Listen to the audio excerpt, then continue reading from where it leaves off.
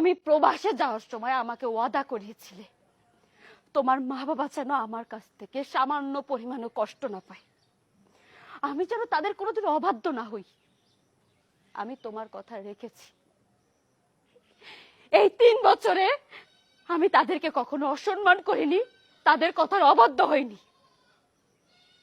তারা বলতে পারবে না তাদের মুখের উপরে কোনোদিন একটা কথা বলেছি। তারা যা বলেছে আমি তাই শুনেছি। কিন্তু তারা আমার সাথে কি করেছে সেটা তোমার জানা উচিত। তোমার মা, যাকে কিনা আমি নিজের মায়ের থেকেও বেশি জেনেছি, তোমার বাবা, যাকে কিনা আমি আমার বাবার থেকেও বেশি জেনেছি, তাদের সাথে আমি যতই ভালো ব্যবহার করেছি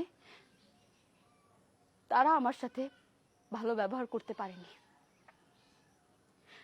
আমি তাদেরকে বাবা মা মনে করলেও তারা আমাকে সন্তান মনে করতে পারেনি, কারণ আমি গরিবের মেয়ে ছিলাম। সকালবেলায় ঘুম থেকে উঠে তোমার মা আমাকে যে কাজে বলতো আমি সেই কাজটা করতাম। কাজ যতই ভালো হোক না কেন তোমার মা সেই কাজটা পছন্দ হতো না। সারাদিন যখন কাজ করে দুটো খাবার খেতে বসতাম তখন আমার কপালে কি জুটতো জানো? 2 দিনের পচা বাসি পান্তা ভাত, আর তার সাথে একটা কাঁচামরিচ আর একটা পেঁয়াজ।